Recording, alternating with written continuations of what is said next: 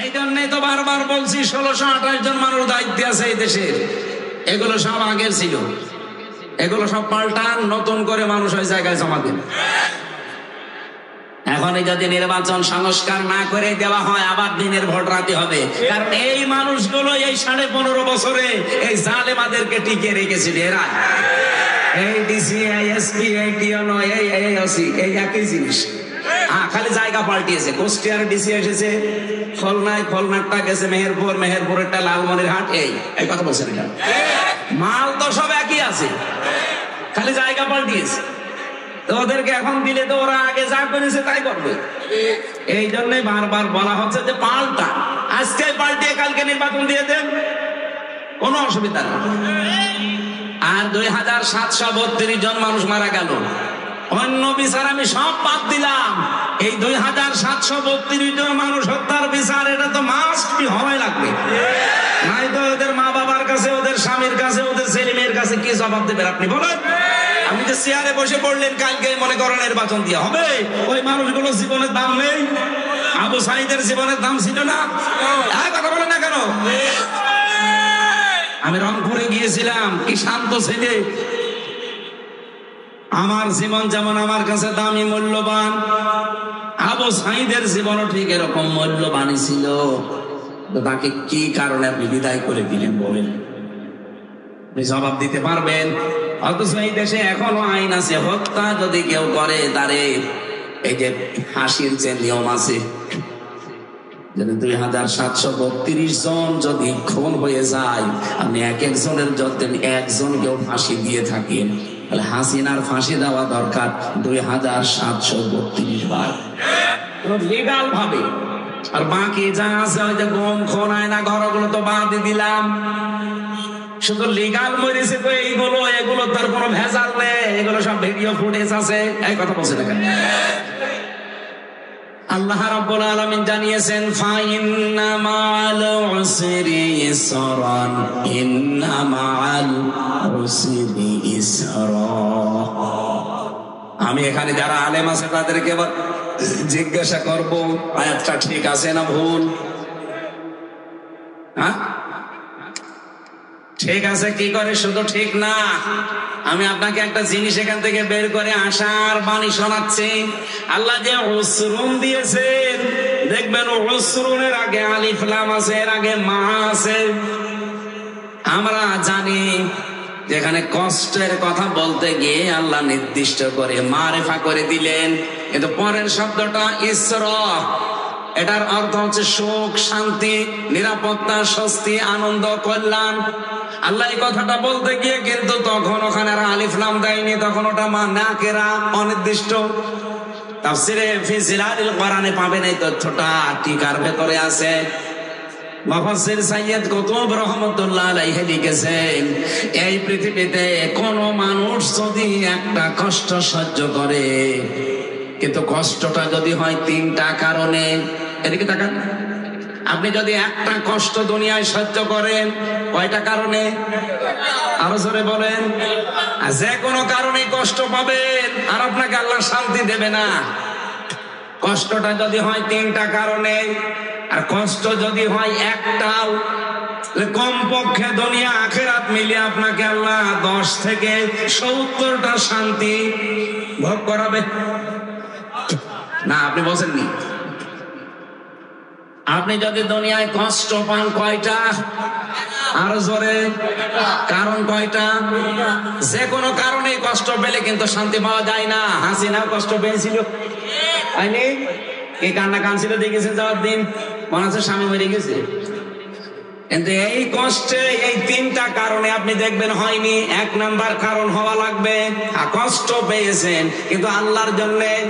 ওকে, আল্লাহর জন্য কষ্ট পেয়েছি, রাসূলুল্লাহর জন্য পেয়েছি, মানবতার জন্য। আর মানবতাকে ধ্বংস করিস, কথা বলেন না কেন? 3টা কারণের একটাও পেলাম না। পৃথিবীতে কেউ যদি আল্লাহর জন্য কষ্ট পায় একটা, রাসূলুল্লাহর জন্য কষ্ট পায় একটা, মানবতার জন্য কষ্ট পায় একটা। আমি 3টা বছর জেলে ছিলাম, আমার ব্যক্তিগত গুনার কারণে না, ওদের আক্রোশের কারণে। কারণ আমাকে যে মিথ্যা মামলা দিয়েছিল, ছাতা আমি জীবনে কোনোদিন নামই শুনি নাই। আমারে দিয়েছে আমি নাকি আনসারুল্লাহ বাংলা টিমের প্রধান, কি এটা আমি জানি না। ভেতরে যে একজনকে পেয়েছিলাম মনে হচ্ছে আল্লাহ দলের সভাপতি, ওনার নাম হচ্ছে আব্দুল মতিন, 17 বছর ছেলে। ওনার একদিন বললাম, ভাই আপনি আল্লাহ দলের সভাপতি, সেক্রেটারিকে? বলছে আমার ছেলে। ওর সভাপতি, ওর ছেলে সেক্রেটারি, বাংলাদেশে আর কেউ নেই, এই হচ্ছে জঙ্গি। আমাদেরকেও এরকম সন্ত্রাস বিরোধী জঙ্গি মামলা দিয়ে বিশ্বের মডলদেরকে দেখাতো যে এই দেশে ভয়াবহ জঙ্গি দেখা দিচ্ছে। আমরা যদি না থাকি এ দেশ কিন্তু আর আয়ত্তে রাখতে পারবেন না। এই মিথ্যা কথাগুলো বিশ্বের মডলদেরকে জানিয়ে, অথচ এটা যেটা মিথ্যা কথা এখন এই 8.5 মাসে প্রমাণ হয়ে গেছে। 8.5 মাসে একজনও জঙ্গি ধরা পড়েছে? একটাও পড়ে না। জঙ্গিও নাই, যে কয়টা আছে কয়েকটা উগ্র, তারা এখন ছেলে। অথচ তাম দুনিয়ার মডলদেরকে এটা এতদিন দেখিয়েছে যে এই দেশে কিন্তু জঙ্গি ভরে গেছে। আমরা না থাকলে কন্ট্রোল করা যাবে না, কন্ট্রোল করা যাবে না। 9 মাস কি হচ্ছে? কিছুই তো হয়নি। কারণ জঙ্গি যারা নাটক করবে, সে নাটক বাস পালিয়েছে। যাদেরকে দিয়ে নাটক মঞ্চস্থ করবে তারা এখন সবাই পালায়নি। এই জঙ্গি মামলা যারা সাজিয়েছিল, আমার যারা রিমান্ডে নিয়ে, আমার এমন কোন জায়গা নেই যেখানে টর্চার ওরা করে না। এই মানুষগুলো এখনো পর্যন্ত বহাল তবিয়তে আছে। কোরআনে কারিমে যত কথা আছে সব মানব কেন্দ্রিক কথাই বেশি। মিনহা খলাকনাকুম, আল্লাহ তাআলা বলেন এই ইহা থেকেই তোমাদেরকে বানিয়েছি। এই ইহা কি? আমরা জানি মাটি না, মাটি দিয়ে সরাসরি আর একজনকে আল্লাহ বানিয়েছেন, হযরত আদম আলাইহিস সালাম। আমাদেরকে আজ পর্যন্ত সরাসরি মাটি দিয়ে বানায়নি। কিয়ামত পর্যন্ত যারা আসবে তাদেরকে মাটি দিয়ে সরাসরি বানানো হবে না। মানুষদেরকে বানানো হবে মাটির নির্যাস দিয়ে। আর শুধু ঠনঠনে শুকনা মাটি দিয়ে বানিয়েছিল কাকে? আদম আলাইহিস সালাম। মাটি বানিয়েছে কি দিয়ে? মাটিও তো একটা জিনিস দিয়ে বানানো লাগবে।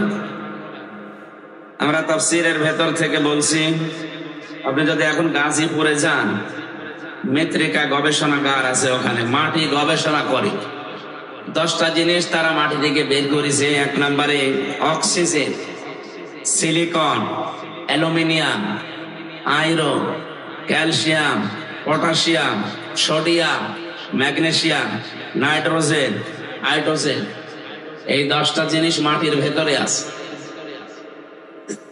আর আমাদেরকে যেহেতু আল্লাহ মাটির নির্যাস দিয়ে বানালেন, এই মাটি থেকে উৎপন্ন হওয়া যে খাদ্য খাবার গুলো, আমার বাবা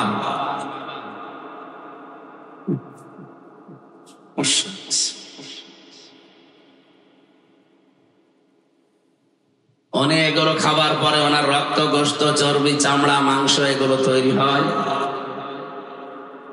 সেখান থেকে বীর্য তৈরি হয়।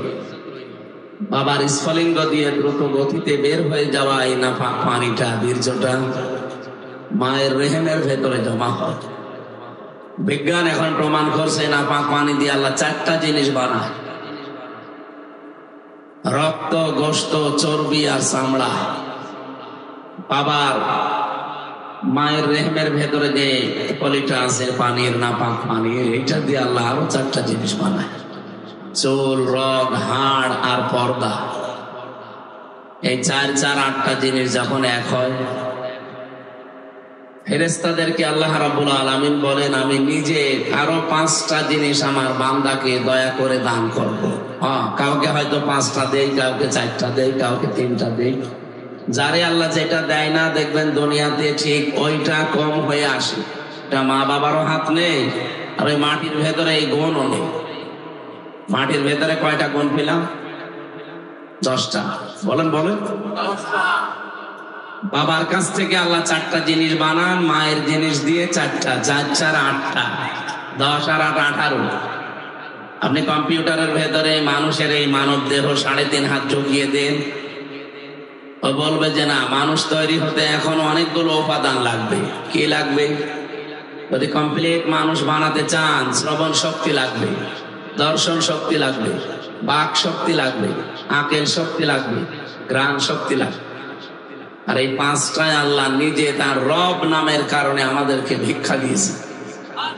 আল্লাহুল গনিয়্য ওয়া আনতুমুল ফুকারা, আমি ধনী, তোরা সব ফকির। এই আয়াত আমি বানালাম, ফকির না হলে আল্লাহ আমাদেরকে ওগুলো দিত?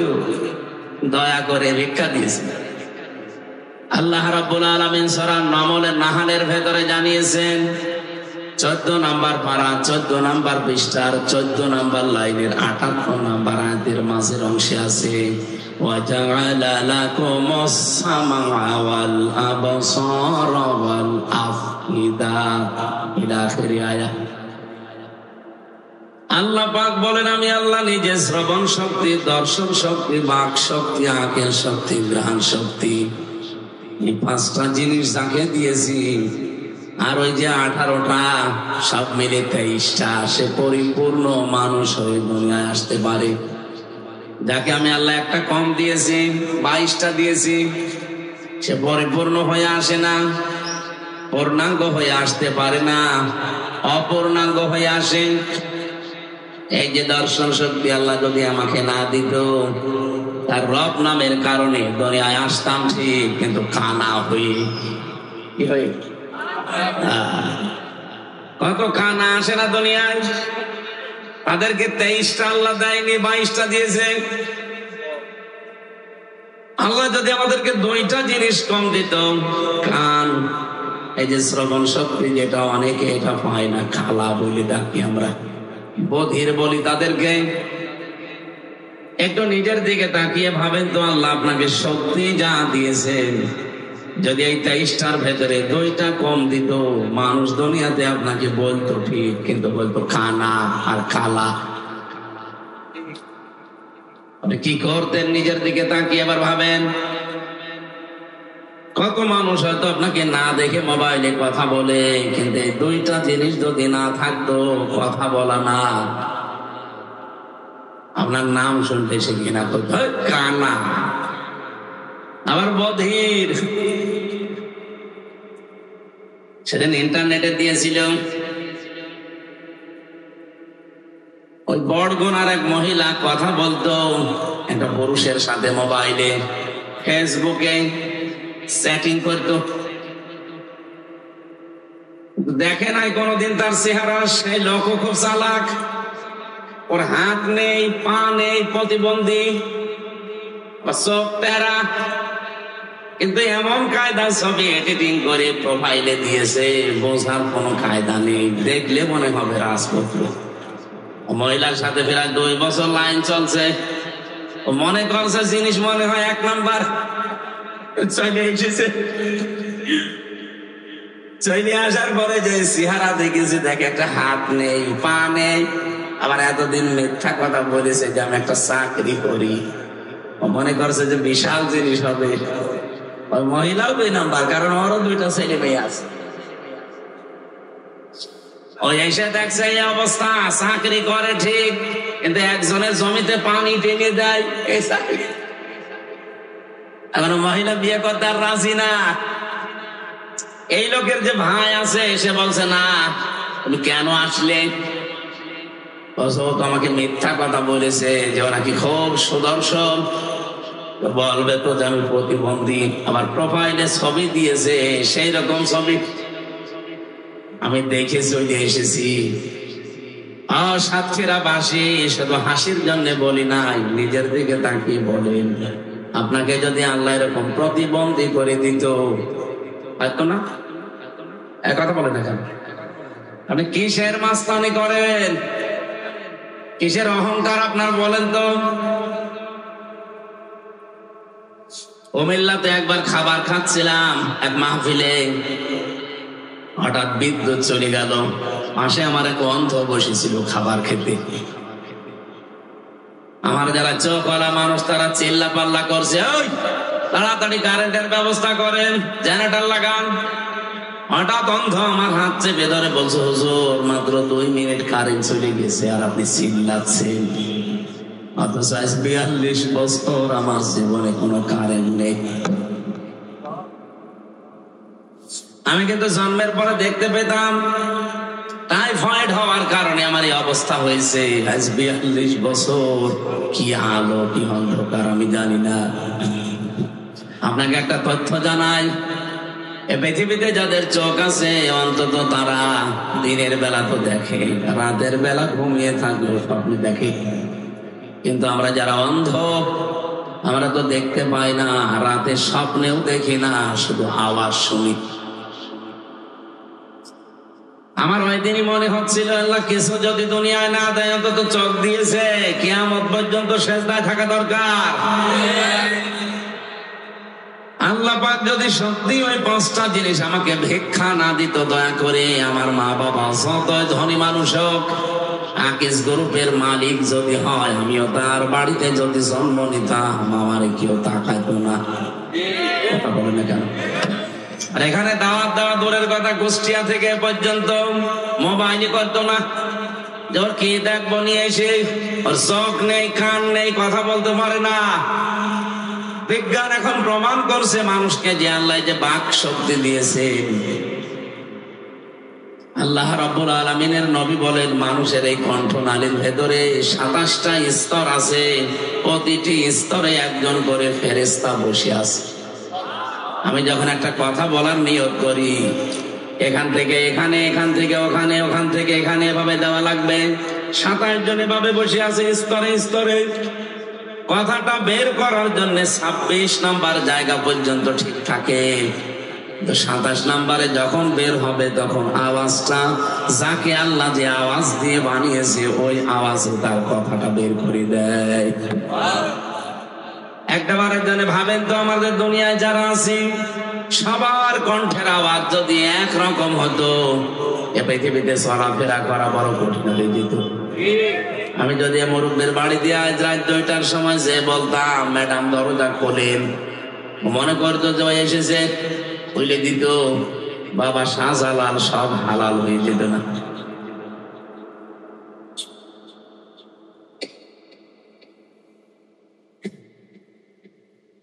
আল্লাহ রাব্বুল আলামিন বলেন,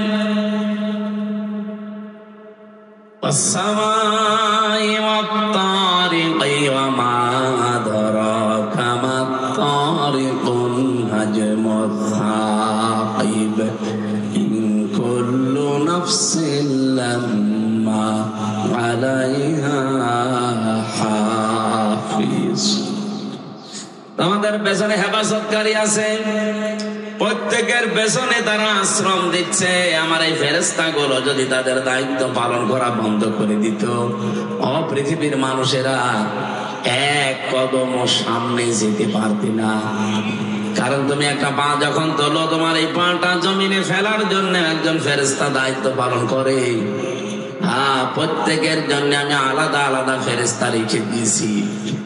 যখন তোমার মরণের সময় আসবে, দুনিয়ার হায়াত শেষ হয়ে যাবে, প্রতিটি ফেরেশতা এসে তোমার কাছে শেষ বিদায় নিয়ে যাবে। পাঁচিনি ফেলেন কদমের জন্য যে ফেরেশতা নিয়োজিত, ফেরেশতা এসে বলবে, আল্লাহর বান্দা তামাম পৃথিবী ঘুরলাম, তোমার এই পাঁচে জমিনে পড়বে ওইরকম জায়গা পেলাম না, আজকে আমি বিদায় নিয়ে চলে যাচ্ছি, তুমি থাকো। চোখে দেখে যে ফেরেশতায় ফেরেশতা আসবে, এসে বলবে, আল্লাহর বান্দা তামাম দুনিয়া ঘুরলাম, কিন্তু একটা জায়গা পাইনি যে যেখানে চোখ দিয়ে তাকানো যায়। তোমার চোখের দেখার শক্তি আল্লাহ কেড়ে নিয়েছে, আমি বিদায় নিলাম, হিসাবটা ঠিক করে নাও। প্রতিটি ফেরেশতা এই কথা বলে যে হিসাব ঠিক করে যাও। এমন কঠিন জায়গায় তোমাকে কিছুক্ষণ পরে রাখা হচ্ছে, এই পৃথিবীর কোনো কিছুর সাথে তার হিসাব মিলবে না। এখানে আমরা অন্তত যারা আছি, কিয়ামত পর্যন্ত যারা আসবো, প্রত্যেকের হায়াত কিন্তু নির্ধারিত। আপনি কি মনে করেন আদম নবীর পরে যে মানুষগুলো দুনিয়ায় এসেছিল তারা হয়তো বেশি হায়াত পেত? কত 1000 বছর 1200 বছর তারা বাঁচত, তারা বিদায় নিয়েছেন, তারা এখন কবরে আছে। আমরাও একটা কবরে ছিলাম, এখন সামনে আর এক কবরে যাব। আমরা যে কবরে ছিলাম তার নাম আলমে আরওয়া, রুহের জগৎ। ওই জগতে একদিনে সবাই আমরা এসেছিলাম আদম নবীর পিঠ থেকে। আল্লাহ পাক বলেন, প্রত্যেককে আমি আদম নবীর পৃষ্ঠদেশ থেকে বের করেছিলাম একই টাইমে, আর সবার কাছ থেকে স্বীকৃতি দিয়েছিলাম একই সময়ে। তাহলে এখান থেকে বোঝা যায় আদম নবী থেকে কিয়ামত পর্যন্ত আমরা যারা দুনিয়ায় আসতেছি সিরিয়ালে হায়াত সবারই এক। কথা বুঝতেছে না? এখন ক্লিয়ার হয়নি। সবার হায়াত এক, কিন্তু সময়টা আলাদা। আমি ওয়ারাইহিম বারযাখুন ইলা ইয়াউমি ইউবাসুন, তোমাদের এর পরে যে জগতে রাখা হবে সেটা হচ্ছে বারজাখের জগৎ, পর্দার আড়ালে সেই জগৎ। তার নাম আমরা বাংলায় বলি কবর। কি বলি? বলেন বলেন। এর আগে যে জগতে ছিলাম ওইটাও যেহেতু পর্দার আড়ালের জগৎ, ওটাকে আমরা আলাদা একটা নাম দিয়েছি রুহের জগৎ। রুহের জগৎ আর কবরের জগৎ তো এটাই পর্দার আড়ালে। ওই সময় এসেছে যারা এখন কবরে আছে, আমরা এতদিন ওখানে ছিলাম, এখন আছে, কিছুদিন পরে কবরে চলে যাব। এখনো যারা আছে তারা এর পরে আসবে, তার মানে হায়াত কিন্তু সবারই সমান। এই কথা বুঝতেছে? এই হায়াতের ফেরেশতা এসে বলবে, তামাম দুনিয়া খুঁজে দেখলাম, তোমার জন্য যতটুকু বরাদ্দ ছিল 50 বছর 60 বছর, আমি আর একটা সেকেন্ড তো তোমার পেছনে শ্রম দিতে পারি না, আমার সময় শেষ, চলে গেলাম। নিজের এই জীবন সম্পর্কে সচেতন থাকবা। এখন যে জগতে তোমাকে রাখা হচ্ছে এখানে কোনো পরিচয় চলবে না। বিশ্ব নবীর মেয়ে ফাতেমাতুজ জহরারও কোনো পরিচয় খবরে চলেনি। আমি জেনে সাহাবীর হাদিস পড়ছিলাম, হযরতে আবু যর রাদিয়াল্লাহু তাআলা আনহু, তিনি বলেন, আমি কবর খুঁড়তে গিয়ে জিজ্ঞাসা করেছিলাম, কবরের মাটি আমি নবীর মুখে শুনেছি নাকি তোমার ভেতরে সাপ বিচ্ছু আসে, যাই আসুক না কেন সাবধান। এখন যাকে রাখবো তিনি কিন্তু বিশ্ব নবীর মেয়ে। কবরের কোনো আওয়াজ নেই। চিন্তা করলেন নবীর কথা তো মিথ্যা না, কোনো আওয়াজ দেয় না কেন? ডাক দিয়ে বলে, কবরের মাটি বিভিন্ন আযাব গজবের কথা আমি শুনেছি নবীর মুখে, আমি বিশ্বাস করি এগুলো ঠিক, কিন্তু এখন যাকে রাখতে যাচ্ছি উনি কিন্তু হাসান হোসাইনের মা, মানে হযরতে আলীর স্ত্রী। জান্নাতে যত মহিলা যাবে তাদের নেত্রী, সাবধান কোনো বিয়াদবি করবা না। হযরতে আবু যর বলেন, এতক্ষণ কোনো আওয়াজ দেয়নি, আমার বক্তব্য শেষ হলেই দেখি খবর থেকে মানুষের মতো আওয়াজ আসতেছে। ডাক দিয়ে বলে, আবু যর নিজে শোনো, পৃথিবীর মানুষকে শুনিয়ে দিও, আমি কিন্তু 3.5 হাত জায়গা, পৃথিবীর কোনো পরিচয় আমার কাছে নেই। তুমি এতক্ষণ যাদের কথা বললে সব আমি শুনতে পেয়েছি। তুমি কিসের ফাতেমার নাম বললে? জান্নাতের নেত্রীকে আমি চিনি না, হাসান হোসাইনের মা চিনি না, হযরতে আলীর স্ত্রী তাও চিনি না, এমনকি বিশ্ব নবী মুহাম্মদ রাসূলুল্লাহর কলিজার টুকরা মেয়ে আমি চিনি না। আমি চিনি তার কাজ, যদি সত্যি কাজ কারবার ভালো পায়, তার হায়াতের জিন্দেগি যদি পবিত্র থাকে, ইল্লা মান আতাল্লাহা বিকলবিন সালিম। রব্বুল আলামিন বলেন, আমার কাছে একটাই পরিচয় শুধু কাজে লাগবে, যার অন্তরটা পরিষ্কার থাকবে। এ পরিচয় ছাড়া কোনো কিছুতে আমার কাছে কোনো পরিচয় খাটবে না, চলে যাও। হযরতে আবু যর বলেন, একটা আওয়াজ শোনার পর থেকে আমি এই যে চিৎকার করে বের হয়ে গেলাম, জীবনে কোনোদিন আর সংসার করার সাহস আমার মনে আসে না।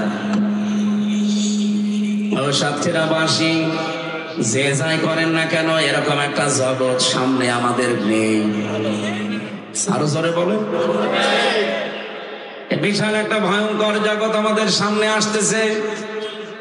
দুনিয়ার এই হিসাবের যারা দায়িত্বে ছিল, এগুলো যদি একটা একটা করে দায়িত্ব পালন করা বন্ধ করে দিত, দুনিয়াতেও কত অপমান অপদস্থ হওয়া লাগতো। আপনি নিজের চোখের দিকে, কানের দিকে, এই বাক শক্তির দিকে তাকান।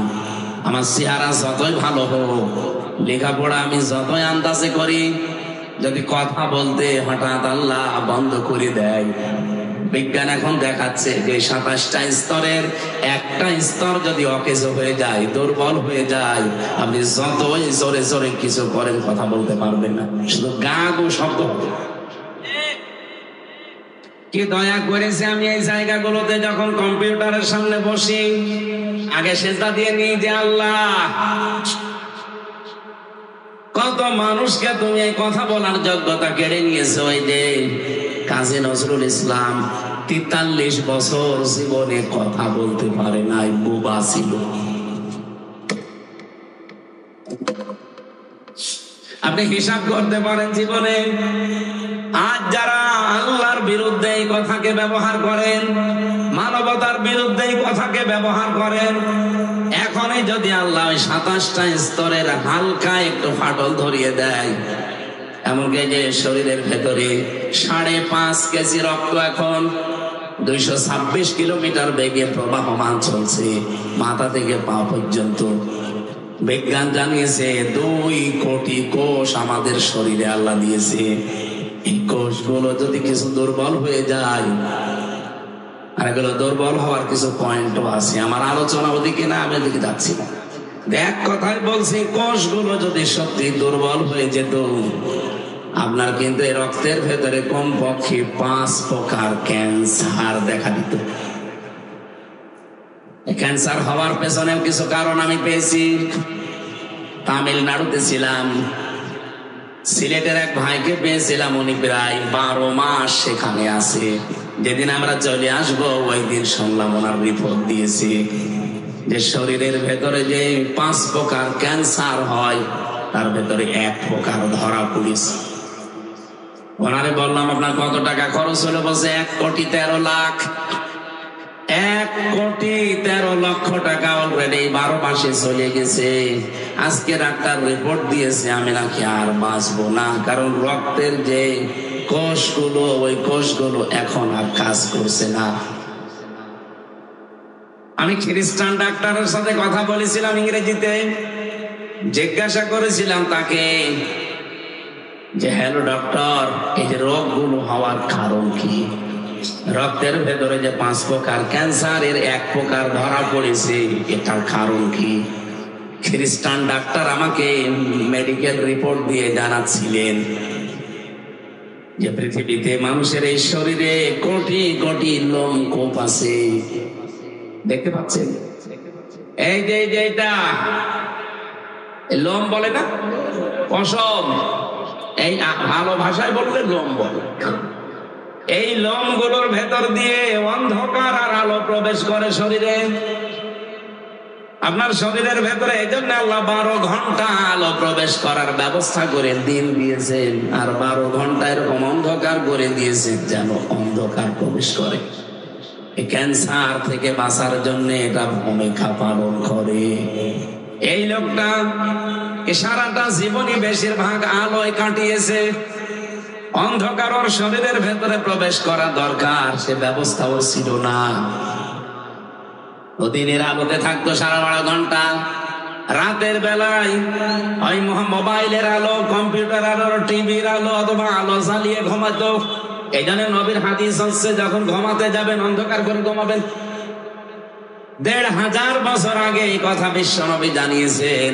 আর বিজ্ঞান এখন প্রমাণ করে বলছে যে ঘুমানোর সময় বাতি আলো লিভিয়ে ঘুমাবেন, অন্ধকার আপনার শরীরের ভেতরে প্রবেশ করবে, ক্যান্সার থেকে আল্লাহ আপনাকে বাঁচিয়ে দেবে। এ মাথার ভেতরে একটা জিনিস আছে, পেছন দিয়ে বের হয়। এটা যত বেশি বের হবে, এটা অন্ধকার না হলে বের হয় না। আমি তো আর আপনাকে বিজ্ঞান বোঝাই না, আমি কোরআন বোঝাচ্ছি। এটা একটা পয়েন্ট এসেছে, এই জন্য এতটুকু বললাম। আল্লাহ রাব্বুল আলামিন সত্যি আমাদেরকে যা দিয়েছেন, উনি যদি একটু এলোমেলো করে দেয়, আমি হামজা আর হামজা থাকবো না, আমার এখনই মানুষ বলবে বোবা। কি বলবে? এই জন্য পড়া কোরআন শরীফে আপনি দেখবেন মানুষ, এটা আলোচ্য বিষয় কোরআনের। রব্বুল আলামিন এই জন্য পৃথিবীতে যত সৃষ্টি পাঠিয়েছেন সবচাইতে বড় সম্মান আর মর্যাদায় দিয়েছেন এই মানুষকে। ওয়ালাকাদ কাররামনা বানি আদম, অবশ্য আমি বনি আদমকে সম্মান দিয়েছি। আমি যে খুতবা পড়েছিলাম প্রথমে, হয়তো এখানে আলেম ছাড়া অনেকে বোঝেন নাই, আমি আরবিতে বলেছিলাম। ওর বাংলা ছিল কি? আল্লাযী খালাকানা লিল ইবাদাতি ওয়াল জান, যিনি আমাদেরকে বানিয়েছেন তার ইবাদতের জন্য, আর জিনদেরকেও তিনি বানিয়েছেন। ওয়া খাসসানা বিত্তাকরিমি বাইনাল হায়াওয়ান, তিনি সম্মান দিয়েছেন আর খাস ভাবে, স্পেশাল ভাবে আমাদের সম্মান দিয়েছেন। তামাম পৃথিবীর যত হায়াওয়ান, যত সৃষ্টি আছে, সব সৃষ্টির উপরে সম্মান বেশি কার? বলেন বলেন। এই মানুষদের ভেতরে আবার আল্লাহর কাছে দামি তারা যারা ঈমান এনেছে আল্লাহর প্রতি, আর ঈমান আনার পরে যারা আমলে সালেহ নেক কাজ করেছে। ইন্নাল্লাযীনা আমানু ওয়া আমিলুস সালিহাতি উলাইকা হুম খায়রুল বারিয়া, নিশ্চয় যারা ঈমান আনে আর আমলে সালেহ করে। অসাক্ষীরাবাসী, এ জেলায় আসলে আজটার ব্যাখ্যা বেশি করা দরকার। ভালো করে শোনেন, আমি এমনি বলি নাই। যারা ঈমান আনার পরে আমলে সালেহ করে, কি এটা কি? আমরা অনেকেই মনে করে আমলে সালেহ মানে নেক কাজ। না, শুধু নেক কাজের নাম আমলে সালেহ না। যারা গবেষক আছে, আলেম চিন্তাশীল যারা, তাদেরকে বলছি আপনি চিন্তা ভাবনা করে পড়বেন। সালেহ মানে যোগ্য। সালেহ মানে বলেন বলেন। আপনাকে যোগ্য হওয়া লাগবে ঈমান আনার পর। আজ এই দেশে ইসলাম এই 54 বছরে কায়েম হয়নি, তার একটাই কারণ, আমরা যোগ্য না। যদি আমরা সত্যি যে যে জায়গায় আছি ওখানে যোগ্যতা অর্জন করতে পারতাম, মাস্ট বি আল্লাহ তার ওয়াদা ঠিক রাখতো। ওয়াদাল্লাহুল্লাযীনা আমানু মিনকুম ওয়া আমিলুস সালিহাত লা ইস্তাখলিফান্নাহুম ফিল আরদি কামা ইস্তাখলাফাল্লাযীনা মিন ক্বাবলিহিম। সূরা নূর 18 নম্বর পারার 16 নম্বর পৃষ্ঠার 3 নম্বর লাইনের 55 নম্বর আয়াতের প্রথম অংশে আছে। আল্লাহ বলেন, আমার ওয়াদা তোমাদের ভেতরে যারা ঈমান আনবে আর আমলে সালেহ করবে তাদেরকে আমি জমিনের শাসন ক্ষমতা দিয়ে দেব। বলেন সুবহানাল্লাহ। আল্লাহ এতটুকু বলে শেষ করে দেননি। কামাস্তাখলাফাল্লাযীনা মিন ক্বাবলিহিম, লামে তাকিদ নুনে সাকিলা, শুধু তোমাদেরকে না, এর পূর্বে পৃথিবীতে যারা ঈমান আনার পরে আমলে সালেহ করেছে তাদেরকে আমি জমিনের শাসন ক্ষমতা দিয়েছিলাম। এই ঘোষণা কার? বলেন বলেন। 54 বছরে আমরা 92% মুসলমান এই দেশে। আল্লাহ আমাদেরকে দেয় না কেন? আল্লাহর ওয়াদা মিথ্যা নাকি? আরো জোরে বলেন। কোরআনে কারিমের একটা আয়াত পরিচিত, আমি পড়ছি। আমি আলেমদেরকে বলছি, এখানে আলেম নেই, এই যে আমি আপনাকে বলবো এবার, ওয়ালা তাহিনু ওয়ালা তাহজানু ওয়া আনতুমুল আ'লাউনা ইন কুনতুম মুমিনিন। সূরা আলে ইমরানের 139 নম্বর আয়াত বহুবার জীবনে পড়েছি। এটা আমার মনে হয় এখন বাংলাদেশের সাথে এখন 100 ভাগে আয়াতটা মিলবে।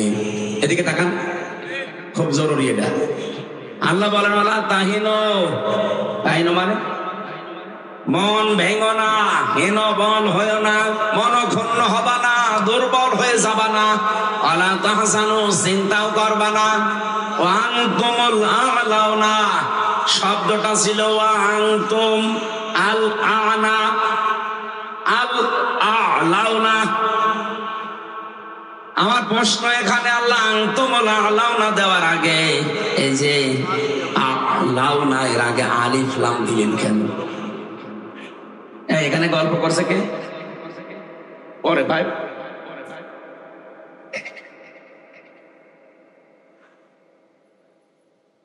ঠিক করেন আগে, ঠিক করেন, ঠিক করেন। জরুরি একটা কথা এখানে আমি বলবো, এই জন্য আমি এতক্ষণ টান দিয়ে নিয়ে আসতেছি। এদিকে তাকিয়ে থাকবে। আরবি গ্রামার যারা পড়ায়, বিশেষ করে বালাগাত মানতে যারা মাদ্রাসাতে পড়েছে, পড়াচ্ছে, শব্দটা কিন্তু আরবি গ্রামার অনুযায়ী ভুল হয়েছে। তাহলে কোরআন শরীফ ভুল না মানে আপনাকে বোঝানো লাগবে, এখানে মিলিয়ে দেওয়া লাগবে। আরবি গ্রামারের সাথে বালাগাত মানতেকের সাথে একটা মিলছে না। সব সময় আমরা পড়ায় যে মুবতাদা যদি মারিফা হয়, খবর হবে নাকিরা, অনির্দিষ্ট। একটা নির্দিষ্ট হবে আর একটা অনির্দিষ্ট হবে। অথচ আল্লাহ খবর যেটা আলাউনা, এর আগে আলিফ লাম দিয়ে মারিফা করে দিলেন। খবর যদি নাকিরা না হয়ে যদি মারিফা হয়ে যায়, ফিদুল হাসরা, হসরের ফায়দা দেয়, তখন বাংলা অর্থ দাঁড়ায় তোমরাই বিজয়ী হবে। শেষে হর্ষাই আছে। যদি আল্লাহ আলিফ লামটা এখানে না দিত, তাহলে তোমরা হবে এতটুকু বলতো। কিন্তু যেহেতু আলিফ লাম দিয়ে ওইটাও নির্দিষ্ট করে দিলেন, বাংলা অর্থই দাঁড়িয়ে গেছে, পোড়াটা পাল্টিয়ে গেছে। তোমরাই বিজয়ী হবে, গ্যারান্টি দিয়েছে কে? বলেন বলেন। এই জন্য আমরা কোনো চিন্তা করি না দেশের অবস্থা না পৃথিবীর অবস্থা পাল্টিয়ে যাক, আমাদের কোনো হীনমন্যতা নেই। আমরা দুর্বল হই না, কারণ আমরা বাঁচলেও যা, মরলেও তা। এই কথা বলেন এখন। যেদিন পড়েছি, যেদিন পড়িয়েছি, কুল ইন্না সলাতি ওয়া নুসুকি ওয়া মাহইয়ায়া ওয়া মামাতি লিল্লাহি রাব্বিল আলামিন। হে নবী, আপনি বলেন আমার জীবন, আমার মরণ, আমার নামাজ, আমার কুরবানি সব আমি আল্লাহকে দিয়ে দিয়েছি। আমি যে বেঁচে আছি আমার আল্লাহর জন্য, মরে গেলেও আল্লাহর জন্য। কিন্তু আপনারটা না। দুনিয়াদার যারা, তারা দুনিয়ার জন্যই বেঁচে থাকে। ওদের যা কাজ কার, হাল নুনাব্বিউকুম না উনাব্বিউকুম, হাল নুনাব্বিউকুম, হাল নুনাব্বিউকুম বিল আকসারিনা আমালা। সূরা কাহফের ভেতরে আছে 103 নম্বর আয়াত। হে নবী, ওই মানুষদেরকে বলেন, এই পৃথিবীতে সবচাইতে বেশি ক্ষতিগ্রস্ত কাজ কারবার করতে গিয়ে কারা জানেন? আকসারিনা দিয়েছেন আল্লাহ ইসমে তাফসীল, আকসারিনা আমালা। আমি কি তোমাদেরকে এই কথা বলবো যে পৃথিবীতে কাজ সবাই করে, কিন্তু ক্ষতিগ্রস্ত কারা? আল্লাযীনা দাল্লা সা'য়ুহুম ফিল হায়াতিদ দুনিয়া ওয়া ইয়াহসাবুনা আন্নাহুম ইউহসিনুনা সুনআ। যে মানুষগুলো দুনিয়াতে সব সময় শুধু টিকে থাকার জন্য কাজ করে, আর ওরা মনে করে আমরা ভালো পথে আছি। আরে ভাই, 15.5 বছরে দেশ উন্নত হয়েছে, এটা আমিও দেখেছি। কিন্তু শুধু দুনিয়ার টার্গেট নিয়ে চললে হবে না, আপনাকে টার্গেট নেওয়া লাগবে দুনিয়া থেকে। আর দুনিয়া মাজরাতুল আখিরাহ, এটা হচ্ছে দুনিয়া আখিরাতের ক্ষেত। আমি যদি এখানে বেঁচে থাকি, আমার ক্ষেত এখান থেকে আমি পাঠাবো। আমি বেঁচে থাকলাম, আমার আখিরাতের কোনো পুঁজি নেই। আমি বেঁচে থাকি আর কুকুর আর আমি সমান। মনের কোন উদ্দেশ্য নেই, আমারও নেই। তা আমি 100 বছর না 1000 বছর হায়াত প্ল্যান করবো কি? আজকে পালিয়ে যাওয়া একজন ব্যক্তির অডিও কল শুনছিলাম। আমি ওনার নাম নিতেও ঘৃণা করি, আমার ঘৃণা লাগে। ও নাম বলার দরকার, নাম বললে এখন অজু করা লাগবে। কারণ যত মানুষের ফোনের সাথে জড়িত, ডাইরেক্ট ইনডাইরেক্ট, ওরে যদি 5000 বার দেশে ফাঁসি দেওয়া হয়, তাও মানুষের ঝাল মেটবে না। অন্তত আমার তো মেটবে না, কারণ আমি 3 বছর।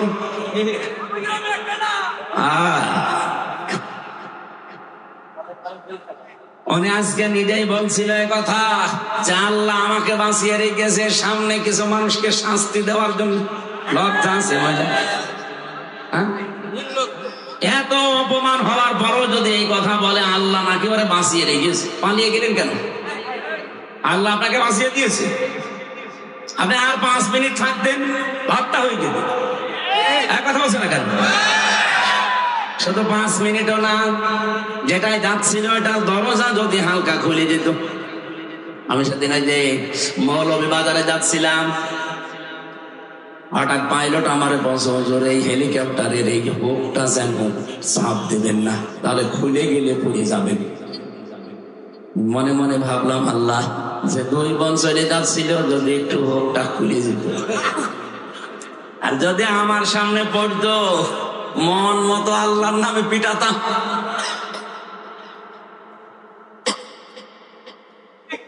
ভাগেও পেতাম না সত্যি। আর সাতক্ষীরায় পড়লে তো আসাবল বুলডোজার নাজিল হয়ে যেত,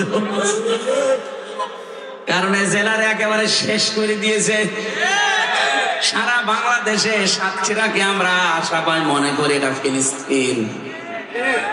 এত এত এত রাগ ছিল জেলার উপরে। সবচাইতে বেশি অত্যাচার হয়েছে সারা বাংলাদেশে সাতক্ষীরা আর চাঁপাইনবাবগঞ্জ। এখানে কত মানুষের বাড়ি ঘর বুলডোজার দিয়ে ভেঙে দিয়েছে। এখানে এরকম মানুষ নেই। সাবেক এমপি, একজন মুহাদ্দিস, একজন কামিল মাদ্রাসার অধ্যক্ষ, তার বাড়ি পর্যন্ত 2 তলা বাড়ি মাটির সাথে মিশিয়ে দিয়েছে বুলডোজার দিয়ে। এটা আমি বানিয়ে বলছি না, আমি তো জানি। আমরা আল্লাহর ওলি খুঁজে পাই না দেশে। অধ্যক্ষ আব্দুল খালেক মন্ডল, এটা আল্লাহর ওলি ছিল। এরপরে মাওলানা ইয়াসির না কে যেন নাম, রিয়াসাত আলী বিশ্বাস, হয়তো মাওলানা রিয়াসাত আলী আশাশনীর এমপি ছিল সাবেক, এখন কবরে আছে। আমার তো মনে হয় কবর খোঁড়া যদি জায়েজ থাকতো, আপনি কবর খুঁড়ে দেখতেন লোকটা সত্যি জান্নাতে আছে। কি করেছে দেখেছেন, একজন এমপি আর বাড়ি হচ্ছে মাটির বাড়ি। আর কত মানুষ এই সাতক্ষীরা এমপি হতে না, এমপির শুধু পেছনে থাকে, তার বাড়ি 3 তলা। তাও তো সে ভোটের এমপি না, অবৈধ এমপি। অবৈধ এমপির অবৈধ পিএস, তারই যদি 3 তলা বাড়ি হয়। মাওলানা রিয়াসাত আলীর তো 50 তলা হওয়ার দরকার ছিল। বলেন, আপনি উনি খুঁজে পান না, চলে যাচ্ছেন সে কোথায়? চট্টগ্রামে জাহাঙ্গীর হুজুরের কাছে। জাহাঙ্গীর হুজুর না, এক জাহাঙ্গীর হুজুর আছে না যে কবরে কলম পড়তে দেয়, হুজুর। সাতক্ষীরাবাসী খুব ভালোবাসি শুধু ইমানের কারণে আপনাদের। বাংলাদেশে তো কত জেলা আছে, কোন জেলার মানুষকে আমার এভাবে ভালো লাগে না। শুধু এই অত্যাচারিত হওয়ার কারণে তাম বাংলাদেশের মানুষের মহব্বত এই জেলার প্রতি একটা আলাদা আল্লাহ তৈরি করে। আমি যেমন 3টা বছর ফাঁসির কন্ডেম সেলে ছিলাম, এই জন্য আল্লাহ তামাম দুনিয়ার মুসলমানদের ভেতরে যারা নাম জানে, যারা বাংলা ভাষা বোঝে, দেখবেন তাদের ভেতরে আল্লাহ মহব্বত ঢেলে দিয়েছে। কারণ দুনিয়াতে যারা ইসলামের জন্য, মানবতার জন্য কষ্ট স্বীকার করবে, মাস্ট বি, তাদের প্রতি আল্লাহ একটা আলাদা ভালোবাসা সৃষ্টি জগতের ভেতরে তৈরি করে দেবে। এখানে একটা নতুন তথ্য বলছি আপনাদেরকে, আলেমদের কাজে লাগবে। এদিকে তাকান। আল্লাহ রাব্বুল আলামিন জানিয়েছেন, ফাইন্না মাআল উসরি ইসরান, ইন্না মাআল উসরি ইসরা। আমি এখানে যারা আলেম আছে তাদেরকে এবার জিজ্ঞাসা করব, আয়াতটা ঠিক আছে না ভুল? হ্যাঁ, ঠিক আছে কি করে? শুধু ঠিক না, আমি আপনাকে একটা জিনিস এখান থেকে বের করে আশার বাণী শোনাচ্ছি। আল্লাহ যে উসরুন দিয়েছেন, দেখবেন উসরুনের আগে আলিফ লাম আছে, এর আগে মা আছে। আমরা জানি যেখানে কষ্টের কথা বলতে গিয়ে আল্লাহ নির্দিষ্ট করে মারেফা করে দিলেন, কিন্তু পরের শব্দটা ইসরা, এটার অর্থ হচ্ছে সুখ, শান্তি, নিরাপত্তা, স্বস্তি, আনন্দ, কল্যাণ। আল্লাহ এই কথাটা বলতে গিয়ে কিন্তু তখন ওখানে আর আলিফ লাম দেয়নি, তখন ওটা নাকেরা, অনির্দিষ্ট। তাফসিরে ফি জিলালিল কোরআনে পাবেন এই তথ্যটা, টিকার ভেতরে আছে। মুফাসসির সৈয়দ কুতুব রহমাতুল্লাহ আলাইহি লিখেছেন, এই পৃথিবীতে কোন মানুষ যদি একটা কষ্ট সহ্য করে, কিন্তু কষ্টটা যদি হয় তিনটা কারণে, এদিকে তাকান, আপনি যদি একটা কষ্ট দুনিয়ায় সহ্য করেন কয়টা কারণে? আরো জোরে বলেন। যে কোনো কারণে কষ্ট পাবেন আর আপনাকে আল্লাহ শান্তি দেবে না। কষ্টটা যদি হয় তিনটা কারণে, আর কষ্ট যদি হয় একটাও, কমপক্ষে দুনিয়া আখিরাত মিলিয়ে আপনাকে আল্লাহ 10 থেকে 70টা শান্তি ভোগ করাবে। না, আপনি বলছেননি। আপনি যদি দুনিয়ায় কষ্ট পান কয়টা? আরো জোরে, কারণ কয়টা? যে কোনো কারণে কষ্ট পেলে কিন্তু শান্তি পাওয়া যায় না। হাসিনা কষ্ট পেয়েছিল, এই কান্না কানছিল, দেখেছে যাওয়ার দিন, মনে হচ্ছে স্বামী মরে গেছে। কিন্তু এই কষ্টে এই তিনটা কারণে আপনি দেখবেন হয়নি। 1 নাম্বার কারণ হওয়া লাগবে, কষ্ট পেয়েছেন কিন্তু আল্লাহর জন্য। ওকে, আল্লাহর জন্য কষ্ট পেয়েছি, রাসূলুল্লাহর জন্য পেয়েছি, মানবতার জন্য। আর মানবতাকে ধ্বংস করিস, কথা বলেন না কেন? তিনটা কারণের একটাও পেলাম না। পৃথিবী থেকে যদি আল্লাহর জন্য কষ্ট পায় একটা, রাসূলুল্লাহর জন্য কষ্ট পায় একটা, মানবতার জন্য কষ্ট পায় একটা। আমি 3টা বছর জেলে ছিলাম আমার ব্যক্তিগত গুনার কারণে না, ওদের আক্রোশের কারণে। কারণ আমাকে যে মিথ্যা মামলা দিয়েছিল, সাতা আমি জীবনে কোনোদিন নামই শুনি নাই। আমারে দিয়েছে আমি নাকি আনসারুল্লাহ বাংলা টিমের প্রধান, কি এটা আমি জানি না। ভেতরে যে একজনকে পেয়েছিলাম মনে হচ্ছে আল্লাহ দলের সভাপতি, ওনার নাম হচ্ছে আব্দুল মতিন, 17 বছর ছেলে। ওনার একদিন বললাম, ভাই আপনি আল্লাহ দলের সভাপতি, সেক্রেটারিকে? বলছে আমার ছেলে। ওর সভাপতি, ওর ছেলে সেক্রেটারি, বাংলাদেশে আর কেউ নেই, এই হচ্ছে জঙ্গি। আমাদেরকেও এরকম সন্ত্রাস বিরোধী জঙ্গি মামলা দিয়ে বিশ্বের মডলদেরকে দেখাতো যে এই দেশে ভয়াবহ জঙ্গি দেখা দিচ্ছে। আমরা যদি না থাকি এ দেশ কিন্তু আর আয়ত্তে রাখতে পারবেন না। এই মিথ্যা কথাগুলো বিশ্বের মডলদেরকে জানিয়ে, অথচ এটা যেটা মিথ্যা কথা এখন এই 8.5 মাসে প্রমাণ হয়ে গেছে। 8.5 মাসে একজনও জঙ্গি ধরা পড়েছে? একটাও পড়ে না। জঙ্গিও নাই, যে কয়টা আছে কয়েকটা উগ্র, তারা এখন ছেলে। অথচ তাম দুনিয়ার মডলদেরকে এটা এতদিন দেখিয়েছে যে এই দেশে কিন্তু জঙ্গি ভরে গেছে। আমরা না থাকলে কন্ট্রোল করা যাবে না, কন্ট্রোল করা যাবে না। 9 মাস কি হচ্ছে? কিছুই তো হয়নি। কারণ জঙ্গি যারা নাটক করবে, সে নাটক বাস পালিয়েছে। যাদেরকে দিয়ে নাটক মঞ্চস্থ করবে তারা এখন সবাই পালায়নি। এই জঙ্গি মামলা যারা সাজিয়েছিল, আমারে যারা রিমান্ডে নিয়ে, আমার এমন কোন জায়গা নেই যেখানে টর্চার ওরা করে নাই। এই মানুষগুলো এখনো পর্যন্ত বহাল তবিয়তে আছে। এই সাতক্ষীরাতে এসেছে, এখন শুনছি সাতক্ষীরার দায়িত্বে এখন এসেছে একজন, আমি নাম নিলে আপনারা এখন চিনে ফেলবেন।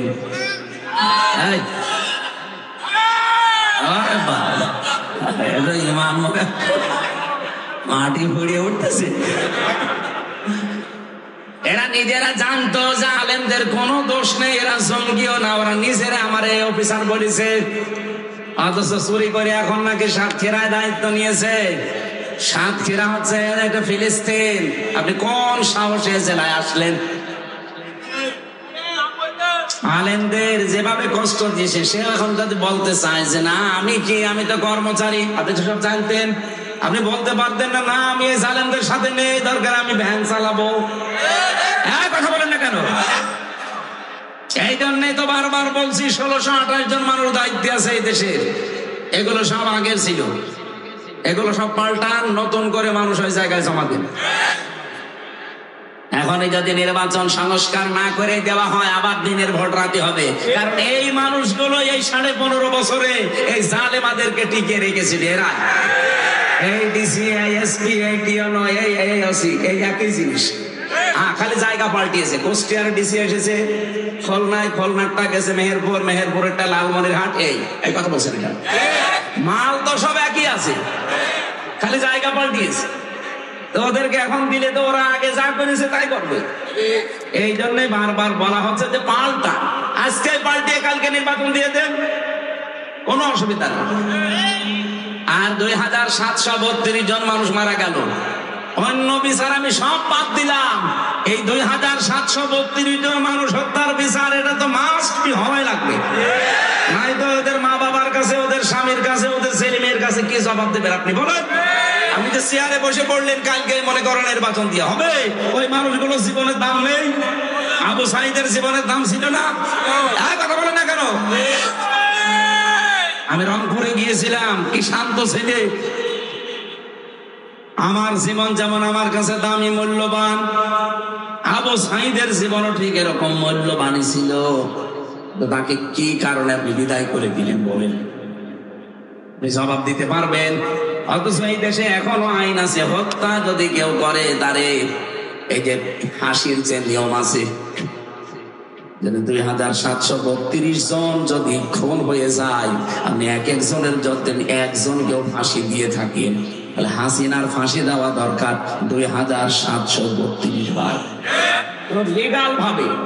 আর বাকি যা আছে ওই যে গম খোনায় না ঘরগুলো তো বাদ দিলাম, শুধু লিগাল মরেছে। তো এগুলো তার কোনো ভেজাল নেই, এগুলো সব ভিডিও ফুটেজ আছে। এই কথা বলছে না কেন? আমার যে বক্তব্য ছিল এক কথায় জবাব দিচ্ছি। আপনি যদি দুনিয়ায় আল্লাহর জন্য কষ্ট পান, আমি আল্লাহর জন্য কষ্ট পেয়েছি 3 বছর। আমার নিজের ব্যক্তিগত অপরাধ ছিল না, রাসূলুল্লাহর জন্য পেয়েছি, মানবতার জন্য পেয়েছি। যে এক একটা কষ্ট যদি কেউ আল্লাহর জন্য সহ্য করে, তার সুখ পাবে কয়টা? 70টা। বলেন বলেন, আরো জোরে বলেন। সিস্টেম অফ পৃষ্ঠায় দেখুন, পৃথিবীতে কেউ যদি একটা আনন্দ ভোগ করে, সুখ ভোগ করে, আর ওই সুখটা যদি হয় অবৈধ সুখ, তাহলে কমপক্ষে তাকে 70টা অপমান, অপদস্থ হওয়া লাগবে। আপনি খালি সুখেরটা নেবেন, দুঃখেরটা নেবেন না। এই জন্য আল্লাহ আয়াত রিপিট করেছেন, সূরা আলাম নাসর 5 এবং 6 নম্বর আয়াত। এই আয়াতের ব্যাখ্যা আমি নিজে পুরি বাস্তবে এতটুকুই বুঝি। দুনিয়াতে যারা অবৈধ সুখ ভোগ করছেন, এক একটা অবৈধ সুখের কারণে দুনিয়া আখিরাত মিলে আপনাকে কমপক্ষে 70টা দুঃখ আল্লাহ ভোগ করাবে। কথা বলেন না কেন? এই 15.5 বছরে হাসিনা যদি 50টা সুখ ভোগ করে, হাসিনার সাথে যত লেসপেন্সার ছিল সবাই যদি সুখ পায়, এই সাতক্ষীরা সদরে যে দায়িত্বে ছিল বিনা ভোটের এমপি, সে সুখ পায়নি। কয়টা? মনে করেন 20টা সুখ পেয়েছে না পাইনি? কত আনন্দ পেয়েছে বাবা। শাহজালাল মনে হচ্ছিল সব হালাল হয়ে গেছে। কত জায়গায় এই বিনা ভোটের এমপি কত মানুষের কাছে টাকা পয়সা নিয়ে চাকরি দেওয়ার নামে চাকরি দিয়েছে, টাকা নিয়েছে। ও যদি এমপি না হতো ওরে কেউ টাকা দিত? এই কথা বলেন না কেন? কত জায়গা জমি ঘর বাড়ি সব দখল করে নিজের নামে নিয়ে নিয়েছে। কত কিছু আল্লাহর রাস্তায় সব কিছু করলেন। আমি মানলাম আপনি করেছেন। এবার বলেন, আপনি যে সুখটা পেলেন এটা কি বৈধ সুখ না অবৈধ? বলেন বলেন। এক একটা অবৈধ সুখের কারণে 70টা দুঃখ। 15.5 বছরে যদি 50টা সুখ পান, 70 দিয়ে গুণ দেন, 3500। এতগুলো দুঃখ আপনাকে আল্লাহ সামনে দেবে, এরপরে আপনি চট করে ঢুকে পড়বেন। অনেকে বলছে চট করে চলে আসবে। আরে ভাই, কোরআন শরীফ মিথ্যা হয়ে যাবে। আপনাকে আল্লাহ আগে 3500 অন্তত দুঃখ, কষ্ট, অপমান, অপদস্থ, অকল্যাণ দেবে, এরপরে তো নাকি।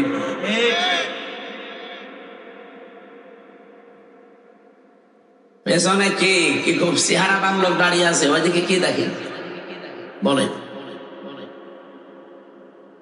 এখানে কারা গো? আপনাদের দিকে তাকাচ্ছে, আমার রেখে কি আপনার চেহারা আমার সাথে ভালো নাকি?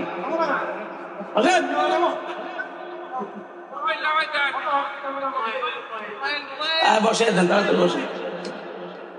ওই ওখান থেকে তাকাচ্ছে ওর দিকে। আমি কি এত সুন্দর চেহারা না? 3 বছর জেলে থেকে একটু খারাপ হয়ে গেছে, তাও তো এখন তো অন্তত ভালোই লাগছে। চুলমুল কেটে ভালো লাগছে না? এত শয়তান দাদা চুলও কাটতে দিত না, ওই খালি টাক করে দিত। অতবার যে 3 বছরে টাক করেছে আমি নিজেও জানি না। কারণ অত সিরিয়ালে 10,000 লোক 3-4 জন চুল কাটে, কত সিরিয়াল বলেন তো? ডাক্তারও একজন, 10,000 মানুষ আমরা, ডাক্তার একজন, তাও মহিলা ডাক্তার। ও ছাতা রোগের কথা বলাও যায় না। কোন গোপন রোগ হলে মহিলা ডাক্তারের কাছে লজ্জায় বলা যায়? একজনের এই লজ্জা স্থানে এমন ফোলা ফুলেছে, একটা যুবক ছেলে, এই 22-23 বছর বয়স। ও যাই ওই ম্যাডামের কাছে বলছে, ডাক্তার সাহেব এই দেখে। মানে কি? এই দেখে। ডাক্তার তাড়াতাড়ি চোখ বন্ধ করে বলছে, তুই বলছে কি করবো আপনারে বারবার বলি, আপনি তো কিছুই করেন না। তখন ডাক্তার বলছে যে পুরুষ মানুষের এরকম হয়। বলছে এরকম হয় তো অন্য জনের তো হয়নি। তাকে কি করবে, উনিও ধৈর্যের বাইরে চলে যেত। এতগুলো মানুষ, ডাক্তার কয়টা?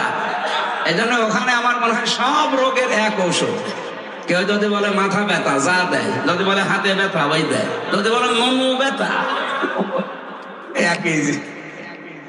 সব ব্যথার একই ঔষধ, ডাক্তারও এক, ঔষধও এক।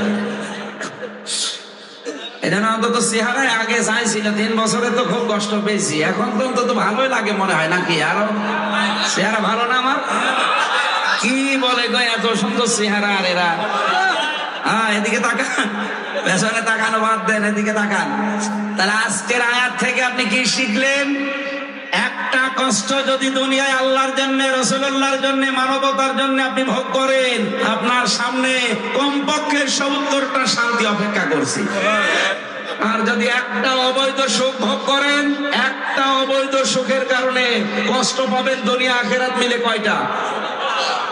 এখানে যারা অবৈধ প্রেমে আছেন, এই যে পরকীয়া প্রেম, এটা কি বৈধ না অবৈধ? কিন্তু এই প্রেমের সুখ আছে না?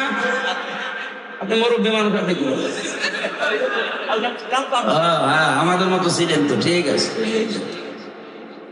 এখানে যারা অবৈধ প্রেমে আছেন, বিশেষ করে পরকীয়া প্রেম, এমনি প্রেম করলে বিয়ে করে ফেলেন, কিন্তু অন্যের স্ত্রীর সাথে আপনি লাইন করেন, আপনি মানুষ।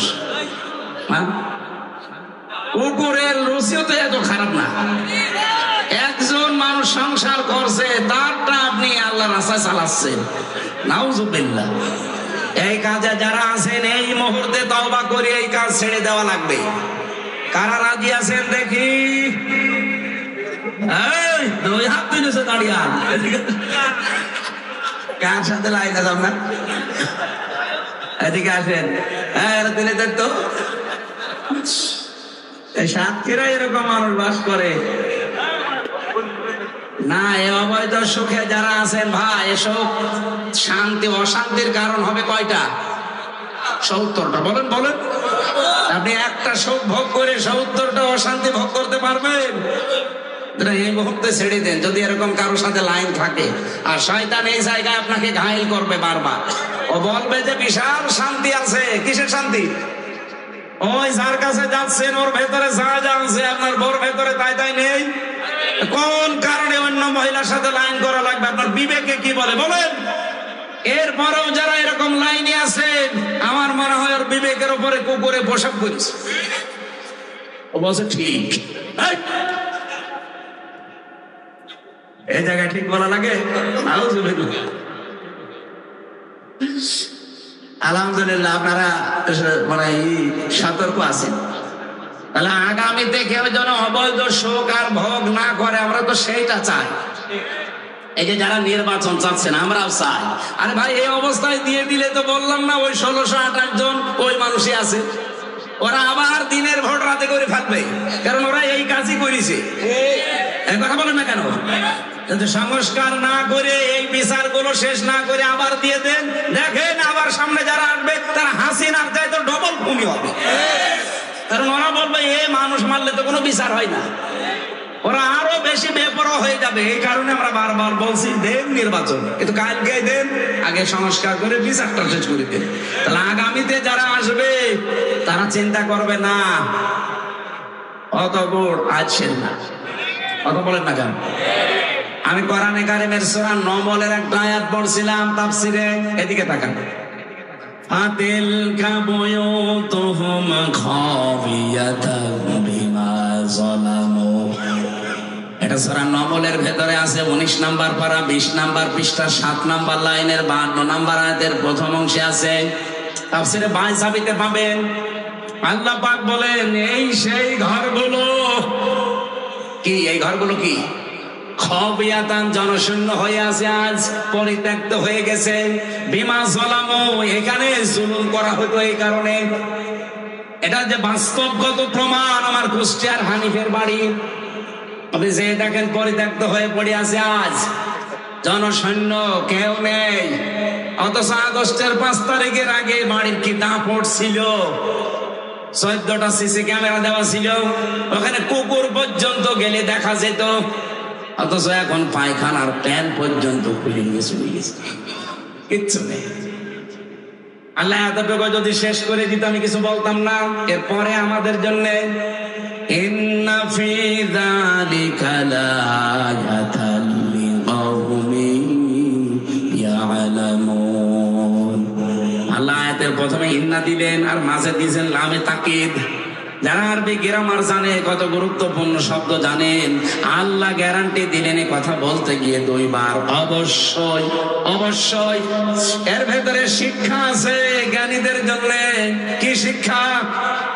হানিফ বাংলাদেশে 3 নাম্বার পজিশনে ছিল আওয়ামী লীগের। তার বাড়ি যদি শ্মশান হয়ে যায়, পরিত্যক্ত হয়ে পড়ে থাকে, আগামীতে যারা চেয়ারে বসার চেষ্টায় আছে, সত্যি যদি আপনাদের আচরণ ওই জালেমদের মতো হয়, 5 বছর পরে আমি গ্যারান্টি দিলাম আল্লাহর কসম আপনার বাড়ি ও শ্মশান হয়ে যাবে। এই জন্যই তো আমরা চাচ্ছি আপনার বাড়ি যেন শ্মশান না হয়, আপনার বাড়ি যেন পরিত্যক্ত হয়ে না থাকে। এমন অবস্থায় আপনাকে তৈরি করে বৈধভাবে বৈধ চেয়ারে বসিয়ে দেব। যত সুখ পাবেন, যত শান্তি পাবেন, কোনো অশান্তি সামনে আর আসবে না। আমার কথা অর্থ বোঝা গেছে? আমি জানি আপনি বুঝেছেন। একটা অবৈধ সুখে 70টা করে অশান্তি সামনে আল্লাহ আপনাকে দান করবে। আর একটা কষ্ট যদি দুনিয়ায় কেউ আল্লাহর জন্য, রাসূলুল্লাহর জন্য, মানবতার জন্য পায়, তার জন্য অপেক্ষা করছে কমপক্ষে 70টা শান্তি। আর আমরা সেই শান্তি পেতে চাই, এই কথা বলেন না কেন? আর বাংলাদেশে আমরা 92% মুসলমান, পরিপূর্ণ শান্তি ওই দিন পাবো যেদিন দেখবো বাংলাদেশের 56,000 বর্গ মাইল আল্লাহর এই কোরআন দিয়ে চলছে। এটা দেখতে চান না?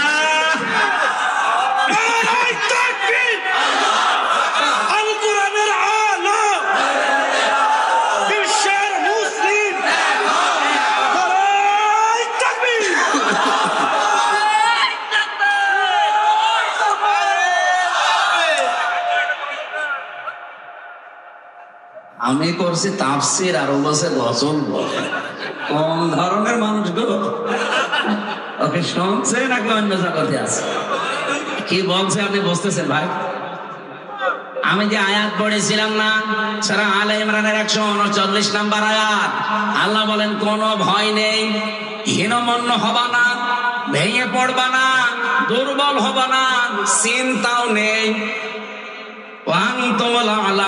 তোমরাই বিজয়ী হবে। তোমরাই, বলেন বলেন। আল্লাহ রাব্বুল আলামিন শব্দ সেট করেছেন, কি করে দেখেছেন? তোমরাই বিজয়ী হবে। কিন্তু সমস্যা হয়ে গেছে পরের শব্দটাই, ইন কুনতুম মুমিনিন, যদি মুমিন হতে পারো। আরে ভাই, কোরআনের কোন শব্দ যদি আপনি বোঝার জন্য চেষ্টা করেন, নবীজি বলেন 500 রাকাত নফল নামাজের সওয়াব হবে। আর আমি যদি এখন মাছের কাহিনী শুরু করি, সারা রাত আমার মুখস্থ আছে, বলতে পারবো। মাছের কাহিনী, সাপের কাহিনী, ওই আব্দুল খালেক শরীয়তপুরের মতো সাপের কাহিনী বললাম, আপনি শুনলেন, কান্নাকাটি করে চলে গেলেন, কিচ্ছু হবে না। একটা শব্দ একটু বোঝার চেষ্টা করেন। তথ্য আমি আজকে বের করার চেষ্টায় আছি। যদি আমরা মুমিন হতে পারি, আমাদের হীনমন্য হওয়া, ভয় পাওয়া, আমাদের দুর্বল হওয়ার কোনো আশঙ্কা আছে? কোনো কারণ আছে? কি হওয়া লাগবে? মুমিন। বলেন বলেন, মুমিনটা কি? আজকের তেলাওয়াতকৃত আয়াত এই সংক্রান্ত আমি পড়েছি সূরা বাকারা 208 নম্বর আয়াতের প্রথম অংশটা। আমার মনে হয় আয়াতটা 3 ভাগ করলে আমি 1 ভাগ মাত্র পড়লাম। পরিচিত আয়াত, যদিও এখানে কিছু তথ্য আপনি পাবেন। আজকে রব্বুল আলামিন আমাদেরকে ডাক দিয়েছেন, ইয়া আইয়ুহাল্লাযীনা আমানু, ওহে যারা ঈমানের দাবি করো, যে আমরা যদি ঈমানদার হতে পারি, মুমিন হতে পারি, তাহলে তাদেরকে আল্লাহ এই সুসংবাদগুলো দিচ্ছেন যে বিজয় হবে। সেই ঈমানদারকে ডাক দিয়ে আল্লাহ বলেন, উদখুলু, তোমরা প্রবেশ করো, ফিস-সিলমি কাফা। এখানে শব্দটা যদি জবর দিয়ে, জের দিয়ে, আপনি খালি জবর দিয়ে পড়লে হবে সালমন মানে শান্তি, আর জের দিয়ে পড়লে সিলমন মানে ইসলাম। আল্লাহ এখানে শান্তিতে প্রবেশ করা, ইসলামে প্রবেশ করা, দুইটাই বোঝাতে চেয়েছেন। কারণ ইসলাম মানে কি? বলেন বলেন। যদি ইসলাম মানে বাংলায় শান্তি না, ইসলাম মানে আত্মসমর্পণ করা। কে যদি সত্যি আত্মসমর্পণ করে, কার কাছে করবেন? এই যে ফিস-সিলমি কাফা, পরিপূর্ণ ভাবে ইসলামের কাছে, ইসলামের ভেতরে। আমরা সেই বহুদিন থেকে আয়াত শুনি যে তোমরা সবাই ইসলামে পরিপূর্ণ প্রবেশ করো। ও সাতক্ষীরাবাসী কিছু বুঝেছেন এখান থেকে আজ পর্যন্ত যে ইসলামে পরিপূর্ণ প্রবেশ করা মানে কি? ইসলামে যে পরিপূর্ণ আল্লাহ প্রবেশ করতে বললেন, এটা কি একটা ঘরের মতো যে আমি প্রবেশ করে দরজা লাগিয়ে দিলাম হয়ে গেল? না। ইসলামে যদি কেউ পরিপূর্ণ ভাবে প্রবেশ করতে চায়, তার পুরা জীবনে 5টা জিনিস থাকা লাগবে। আপনার জীবনে যদি এখন দেখেন যে 5টা জিনিস আছে, আপনি বুঝবেন যে আপনি ইসলামে পরিপূর্ণ দাখিল হয়েছেন, প্রবেশ করেছেন। আর ইসলামে পরিপূর্ণ প্রবেশ করলে তার পুরস্কার হয়তো এগুলো দেখলে বিজয় আল্লাহ আপনাকে দেবে। সুতরাং সামনে যদি আমরা বিজয়ী হতে চাই, এদেশে যদি কোরআনের আইনগুলো চালু করে আমাদের ভাগ্য সুপ্রসন্ন করতে চাই, কয়টা জিনিস এখন থেকে মানা লাগবে? আরো জোরে আরেকবার বলেন, বলেন জোরে। এবার একটা একটা করে আমি বলছি, মিলাবেন। 1 নাম্বার, আপনাকে আত্মসমর্পণ করা লাগবে। এবার আত্মসমর্পণ করবেন কার কাছে? না না, আমাদের জাতির পিতা হযরত ইব্রাহিম, তিনি আত্মসমর্পণ করেছিলেন এবং তার সন্তান, বিশেষ করে তার যে সন্তানগুলো ছিল তাদেরকে, এবং ইয়াকুব নবী তাদের নিজের সন্তানদেরকে মৃত্যুর আগে, ইন্তেকালের আগে ডাক দিয়ে বলেছিলেন, ইয়া বুনাইয়া ইন্নাল্লাহা আস্তাফা লাকুমুদ-দীন ফালা তামুতুন্না ইল্লা ওয়া আনতুম মুসলিমুন। বলেন আল্লাহু আকবার। এটা সূরা বাকারার 131 নাম্বার 32 নাম্বার আয়াতে আছে, মাঝের অংশে পাবেন। আল্লাহ পাক বলেন, হযরত ইব্রাহিম এবং ইয়াকুব, এই দুইজন নবী তার ইন্তেকালের আগে সন্তানদেরকে ডাক দিয়ে বললেন, আমার কলিজার টুকরা সন্তানেরা, অবশ্যই আল্লাহ মনোনীত করেছেন তোমাদের জন্য একটা দিনকে। কি দিন? মানে রাতের পরে যেটা আসবে ওই দিন। বলেন বলেন। তোমাদের জন্য আল্লাহ মনোনীত করেছেন দিনকে। এই দিন যদি তোমরা সত্যি আনুগত্য স্বীকার করে মেনে নিতে পারো। দিনটা কি? আমরা সবাই মনে করি দিন মানে ইসলাম। আরে ভাই, শুধু দিন মানে ইসলাম না। এই কোরআনের ভেতরে আল্লাহ রাব্বুল আলামিন 500 আইন দিয়েছেন। কত? 500। আপনি নিজের বিবেক দিয়ে বলেন তো, কবরে যাবার পরে যখন দ্বিতীয় প্রশ্ন ফেরেশতারা করবে, মা দীনুকা, তোমার দিন কি? আপনি যদি বলেন দীনুন আল ইসলাম, আমার দিন ইসলাম, ফেরেশতারা অত সহজে মেনে নেবে জীবনও না। কারণ দিন মানে কি ফেরেশতারা ভালোভাবে জানে। দিন মানে, আমরা অনেকেই যদি না বুঝি, ফেরাউন দিন মানে বুঝেছিল। ফেরাউন বলেছিল অকতল, मूसा दारूनी अक़तुल मूसा वलियदउ रब्बा इन्नी अख़ाफ़ु अन युबद्दिला दीनकुम आउ अन युज़हिरा फिल आरदिल फसाद।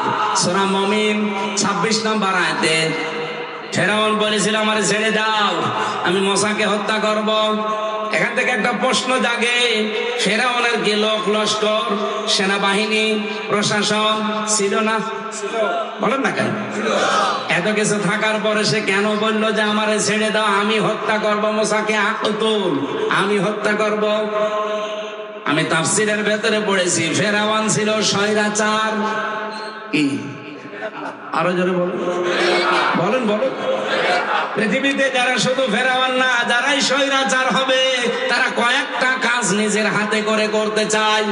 তাদের বিরোধী যাকেই পায় সে নিজে হত্যা করতে চায়। আপনি দেখেছেন মেজর বজলুল হুদা হাসিনা, আমি শুনলাম তার নিজের হাতে চালাই পুলিশ, ভিডিও এখনো পর্যন্ত আছে। পৃথিবীতে যারা ফ্যাসিস্ট হয়, যারা স্বৈরাচার হয়, তাদের কয়েকটা গুণ আল্লাহ দিয়েছেন। ফেরাউনের যেমন ছিল, এত লোক লস্কর, এত প্রশাসন থাকার পরও বলে যে मूसाকে তোমরা মেরে ফেলো না, বলেছে নিয়ে আসো, আমি হত্যা করবো। এদের ভেতরে আল্লাহ এটা তৈরি করে দেয়। যখন মানুষ ফ্যাসিস্ট হয়ে যায়, স্বৈরাচার হয়ে যায়, সীমা লঙ্ঘন করে, তখন আল্লাহ পাক তাকে অপমানজনক শাস্তি দেওয়ার জন্য এই কাজগুলো করার সুযোগ করে দেয়। তামাম দুনিয়া তখন তাকে ঘৃণা করে। এই তথ্যটা আছে সূরা আলে ইমরানের, ইন্নামা নুমলি লাহুম লিয়াজদাদু ইসমা ওয়া লাহুম আযাবুম মুহিন। অবশ্যই ওদের পাপের বোঝা যখন পরিপূর্ণ হয়ে যায়, তখন আমি আল্লাহ ওই লোকটাকে অপমানজনক শাস্তির ভেতরে ফেলে দেই। নয়তো কোন কারণে বলেন নিজে বুকের উপরে পা দিয়ে নিজে জবাই করতে যাবে বলেন? আর লোক ছিল না দেশে? প্রশাসন তার নিজের, বিচার ব্যবস্থা তার নিজের, সব গোয়েন্দা তার নিজের, দলীয় তার নিজের। ও বলতে পারতো না যে ওরে তোমরা মেরে ফেলো? ও নিজে জবাই করেছে। এটা ফেরাউনের স্বভাব, স্বৈরাচার যারা তাদের স্বভাব। এটা তো আমি বানাচ্ছি না, আমি বানালে আলেমরা ছেড়ে দিত আমারে। 2 নম্বরেও বলেছিল আমি কেন मूसाকে হত্যা করব জানো? কারণ আমি আশঙ্কা করছি আমার দেশে যে আইন কানুন চলে, এই আইন কানুন मूसा পাল্টিয়ে ফেলবে। এই বাংলাদেশে যারা আল্লাহর আইন প্রতিষ্ঠা করতে চায়, মানুষের তৈরি করা আইন বাদ দিয়ে, জালেমদের টার্গেট শুধুই তারা। এই জন্য দেশে আল্লাহর আইন যারা কায়েম করতে চাইতো তাদের 11 জনকে ফাঁসি দিয়েছে। আরে কথা বলে না কেন? 5 জনকে তো সরাসরি, আর 6 জন আল্লামা দেলাওয়ার হোসেন সাইদি সারা জীবন বলতো আমরা আল্লাহর আইন চাই, তাকেও মৃত্যু থেকে ঠেলে দিল। দেখেন অন্য যারা আছে তাদের কিন্তু জালেমরা টার্গেট করে না। কত মানুষ এই তাহিরের মতো কত ডাক দিচ্ছে, তাহিরিও নাকি ফিলিস্তিনের পক্ষে ডাক দিয়েছে। ওর মতো শয়তান যদি ফিলিস্তিনের পক্ষে ডাক দেয়, শয়তান তো বসে বসে হাসবে। ও আমার চাইতে বড় শয়তান, এত শিরিক বাংলাদেশে কেউ করে না। কথা বলুন। কেল্লা বাবা, ফতে বাবা, শাহালি বাবা, দয়াল বাবা, আর ওই শয়তান নাকি সাতক্ষীরা জেলায় আসে। এত বড় শয়তান এই জেলায় ঢোকে কি করে? সোচ্চার হবেন যারা প্রকাশ্য শিরিক করেছে। যে মানুষগুলো প্রকাশ্য ইসলামী আন্দোলনের বিরুদ্ধে অবস্থান নিয়ে হাসিনার পক্ষে একেবারে সরাসরি ভোট চেয়েছে। আপনি দেখেন ওবায়দুল মুক্তাদির ব্রাহ্মণবাড়িয়ায় শয়তানের পক্ষে তাহিরি ভোট চাচ্ছে। এত বড় ভিডিও ফুটেজ থাকার পরে সে জেলায় ঢুকবে মানে ও তো বাংলাদেশে থাকা ঠিক না, ও তো কাওয়া কাকুর মতো পালানো দরকার ছিল। এই কথা বলে না কেন? আর ফিলিস্তিনের পক্ষে এখন ডাক দিচ্ছে না, এগুলো সব ষড়যন্ত্র। দেখবেন আওয়ামী লীগের লোকজন দিয়ে যা টাকা পয়সা কামিয়েছে, এগুলো তাদের কাছ থেকে নিয়ে একটা বিশৃঙ্খলা তৈরি করার চেষ্টা করবে। গোপন খবর তো আমরা জানি, নাই তো 12 এপ্রিল সারা বাংলাদেশের সব দল মত এক হয়ে গেল, ওই শয়তানরা আসে নাই। কথা বলুন। জামাত, বিএনপি, জাতীয় পার্টি কি সব এক হয়ে গিয়েছিল না? বাংলাদেশে শুধু মনে হয় কয়েকটা যারা মানুষ নামে কলঙ্ক, তারা বাদ দিয়ে সব এসেছিল। আর ওই শয়তানরা বলছে না আমরা ওদের সাথে নেই, আমরা আলাদা। বিশ্ব ওই দিন একটা চমক দেখলো, আর ওরা বলছে আমরা আলাদা। এই এখন একটা বিশৃঙ্খলা তৈরি করার জন্য ওদের তো টাকা পয়সার অভাব নেই, মারিং কাটিং করা টাকা, ওইগুলো এখন হালাল করবে। সেদিন সিলেটে 12 জনকে ওরা 3 কোটি টাকা দিয়েছিল, 3 কোটি। বলেছিল দেশে একটা বিশৃঙ্খলা তৈরি করো, জামাত ইসলামের বিরুদ্ধে ফতোয়া দাও। ধরেছে প্রশাসন, পিটিয়েছে। একজন বলছে আমারে পিটাবেন না, আমি সব বলে দিচ্ছি। কি 3 কোটি টাকা আমাদেরকে দিয়েছে আওয়ামী লীগরা, বলেছে জামাতের বিরুদ্ধে কথা বলবা। আমরা তো টাকা হালাল করার জন্য ফতোয়া দিচ্ছিলাম। এই চলছে সামনে। আমার মনে হয় এরাও দুর্বিসন্ধি আছে, এরাও কিছু খেয়েছে বা পেয়েছে। তাই 12 তারিখে গেলেন না, হঠাৎ এখন আপনাদের সাগান দিচ্ছে বলে এই কথা বলেন না কেন? এর ভেতরে কোনো দুর্বিসন্ধি নেই।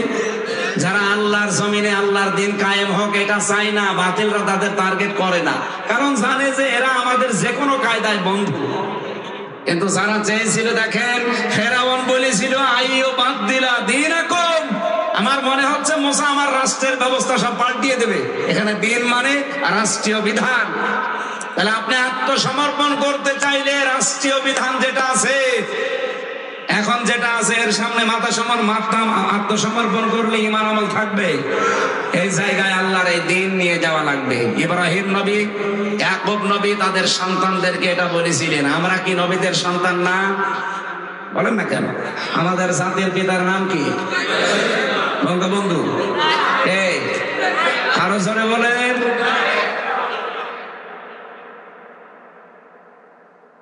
এমনকি বঙ্গবন্ধু এই শব্দটাও চিন্তায় হয়ে গেছে। আপনি দেখেন ইতিহাস পড়ে, এই ভারতবর্ষ একজন মুসলিমের নাম বঙ্গবন্ধু উপাধি দেওয়া হয়েছিল প্রায় 1912। আমি যে ইতিহাসটা পড়ছিলাম আসার সময়, তারিখটা আমার মনে নেই। বঙ্গবন্ধুকে দিয়েছে তোফায়েল আহমেদ। এরও প্রায় অন্তত 60-70 আগে, 60-70 বছর আগে আল্লাহর এক মুসলিম বান্দা এই ভারতবর্ষ যারা শাসন করেছিল তাদের ভেতরে একজন, তারে বঙ্গবন্ধু উপাধি দিয়েছিল এই বঙ্গের লোকেরা। সেইটা চিন্তায় করে ইনার নামে লাগিয়ে। আমি যদি বানিয়ে বলি তাহলে ইতিহাস ভুল। আমি তো আর বানিয়ে না, আমি পড়ে বলছি। আরেকটা আমার মনে আসতেছে না, আমি আসার সময় দেখছিলাম। তাহলে চিন্তায় হয়েছে একটা দুইটা জিনিস না, এদেশের বহু জিনিস চিন্তায় হয়ে গেছে, এখনো অনেক জিনিস চিন্তায় হওয়ার পথে। আমার মনে হয় এই সমস্ত কথা আপনাদের সামনে বলা ওনারা বুঝবেন না। বাস্তবতা এখন চলছে যেটা, আমাদের জাতির পিতা পৃথিবীর কোন মানুষকে আমরা মানি না, মানি ইব্রাহিম আলাইহিস সালামকে। উনি ইন্তেকালের আগে আমরা যেহেতু তার সন্তান, এই জন্য লাকুমুদ্দিন কোন শব্দ আছে। তোমাদের সবাইকে আমার আল্লাহ মনোনীত করেছে একটা দিনের জন্য, তার নাম ইসলাম। বলেন বলেন। ওই যে সালমন সিলমন যাই বলে, আলা তামুতুন্না মরবানা ইল্লা ওয়া আনতুম মুসলিমুন, যতক্ষণ মুসলমান না হতে পারো। সুতরাং আপনি যদি ইসলামে প্রবেশ করতে চান পরিপূর্ণভাবে আত্মসমর্পণ করা লাগবে আল্লাহর দ্বীনের সামনে। কিসের সামনে? 2 নম্বরে আপনার ইখলাস তৈরি করা লাগবে প্রত্যেকটা কাজে। লোক দেখানো কাজ বাদ দেন। এদেশে একামতে দ্বীনের আন্দোলন অনেক মানুষ এখন যুক্ত হচ্ছে, অনেককে আমরা দেখতে পাচ্ছি। তাদের ভেতরেও রিয়া, লোক দেখানো, মানুষ দেখানোর কাজ কারবার না। আমাদের পূর্বপুরুষ যারা, আমাদের আকাবির আমরা যাদেরকে মনে করি সাহাবায়ে কেরাম, বিশেষ করে আমাদের যারা জীবন দিয়ে গেল ইসলামের জন্য, এই মানুষগুলো কোনো দিন আপনি পাবেন না লোক দেখানো কাজ করিস। সাবেক আমিরে জামাত নাম হচ্ছে মকবুল আহমেদ, হেমিতে বাড়ি। কি সাধারণ জীবন যাপন করতে দেখেছেন আপনি তার? এখনকার যিনি আমিরে জামাত ডাক্তার শফিকুর রহমান, উনি একটা দামি জামা ওনাকে উপহার দিয়েছিল, জামাটাও নেয়নি, সঙ্গে সঙ্গে জামাটা একজন গরিব মানুষকে দিয়ে দিয়েছে। এত বড় বিশাল একটা দল বাংলাদেশ জামাত ইসলামী, তার আমির সারা বাংলাদেশের তিনি, অথচ ঢাকাতে তার কোনো বাড়ি নেই, ফ্ল্যাট নেই, ছেলের ভাড়া করা বাড়িতে থাকতো। চিন্তা করতে পারেন, একটা মেম্বারের তাই ঢাকায় ফ্ল্যাট হয়ে যায়, আর সারা বাংলাদেশের চেয়ে এত বড় একটা দলের আমির। মানুষ লোক খুঁজে পায় না, আমি তো এদেরকে চোখে আঙ্গুল দিয়ে দেখাবো। আপনি যে লোক খুঁজে পান না বলেন, আপনাকে চোখে আঙ্গুল দিয়ে দেখানো লাগবে? সাতক্ষীরা তো জ্বলন্ত প্রমাণ।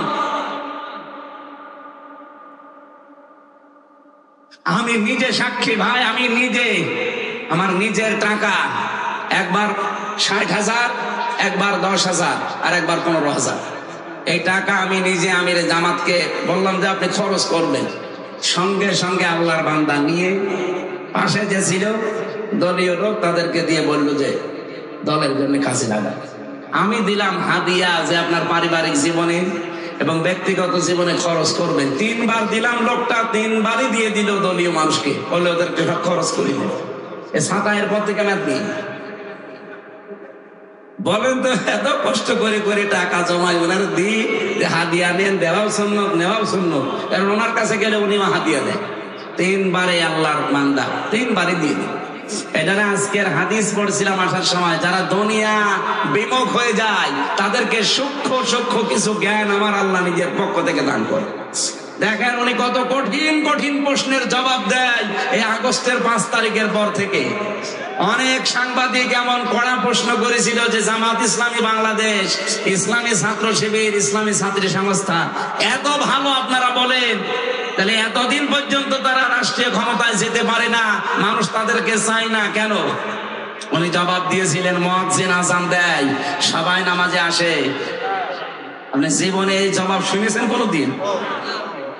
দুনিয়া ত্যাগী যারা হয়ে যায় তাদের মুখ দিয়ে আল্লাহ এমন কথা বের করে দেয় পৃথিবী এর আগে কোনোদিন শুনে নাই। বলেছিল যে মুয়াজ্জিন তো ভালোর জন্য আযান দেয়, হাইয়া আলাস সালাহ হাইয়া আলাল ফালাহ, ভালোর দিকে আসো, কল্যাণের দিকে আসো, নামাজের দিকে আসো। সবাই আওয়াজ শুনে আসে? বলেন বলেন। এমন মসজিদ আছে বাংলাদেশে শুধু ইমাম সাহেব আর মুয়াজ্জিন, তাছাড়া কেউ নেই। এরকম জায়গা নেই? কিন্তু মুয়াজ্জিনকে শুধু ইমাম আর মুয়াজ্জিনের জন্য আযান দিয়েছে। এলাকায় হাজার হাজার মানুষ আসবে, এত বড় মসজিদ, কেউ আসে না। এখন দোষ কি মুয়াজ্জিনের না এলাকার লোকের? 54 বছর তো আমরা চেষ্টা চালাচ্ছি এইটা কায়েম করার জন্য। কোনদিন কি আমরা বলেছি যে আমার বাবার নাম রিয়াজউদ্দিন, কুষ্টিয়ায় বাড়ি, আমার দাদার নাম জাহান আলী, আমার বাবা আর দাদার আইন আমরা প্রতিষ্ঠা করতে চাই, আপনারা আমাকে রায় দেন, বলেছি? আপনারা তো তাই বলেন যে আমি আমার স্বামীরটা চাই, কেউ বলে আমি আমার বাবারটা চাই। আপনাদেরকে এই পাগলা কুত্তায় কামড় দিয়েছে?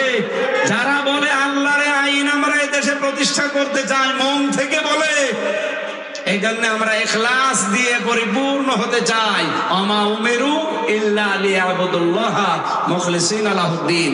3 নম্বরে যখন দেখবেন আপনার চরিত্র উন্নত, কি বললাম? আর আমাদের চরিত্র এমন, খালি টিন পাওয়া যায়।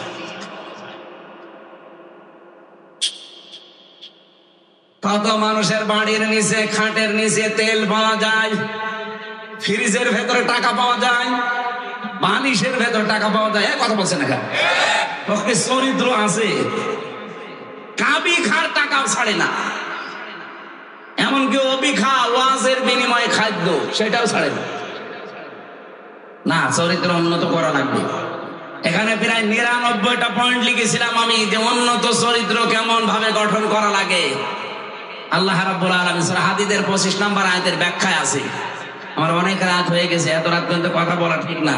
সামনে তাহাজ্জুদের নামাজ, ফজরের নামাজ, এবার কর্মজীবন আছে আপনাদের। আমি আর পয়েন্টটা শেষ করব, বাকিগুলো 4 নম্বরে আপনার আকীদা বিশুদ্ধ হওয়া লাগবে। এইটা সাতক্ষীরা জেলায় আছে, কিন্তু অন্যান্য জেলায় আমরা পাই না। বহু জেলায় যে দেখি আল্লাহ যেটা পারে ওইটা অন্য কেউ পারে, এই বিশ্বাস তারা করে। এই যে মেয়েরা যারা এসেছেন আজ, অনেক মহিলাদের সন্তানাদি না হলে, অসুখ বিসুখ যদি সারতে না চায়, একটু বেশি বেশি হয়, তখন সব বাদ দেয়, আল্লাহর উপরও ভরসা ছেড়ে দেয়। যত ভরসা সব বাবার উপরে, পীরের উপরে, আর এই নলতার উপরে। এই কথা বলছে না কেন? আল্লাহর ওলি শুয়ে আছে, ওখানে যায়। আরে ভাই, যে কবরে আছে সে তো অসহায়, আপনি তার কাছে গিয়ে কি পাবেন? আপনার যদি কিছু পাওয়ার থাকে তাহলে আপনার জীবনের নেক কাজের ওসিলা দিয়ে আল্লাহকে বলে। কথা বলে না কেন?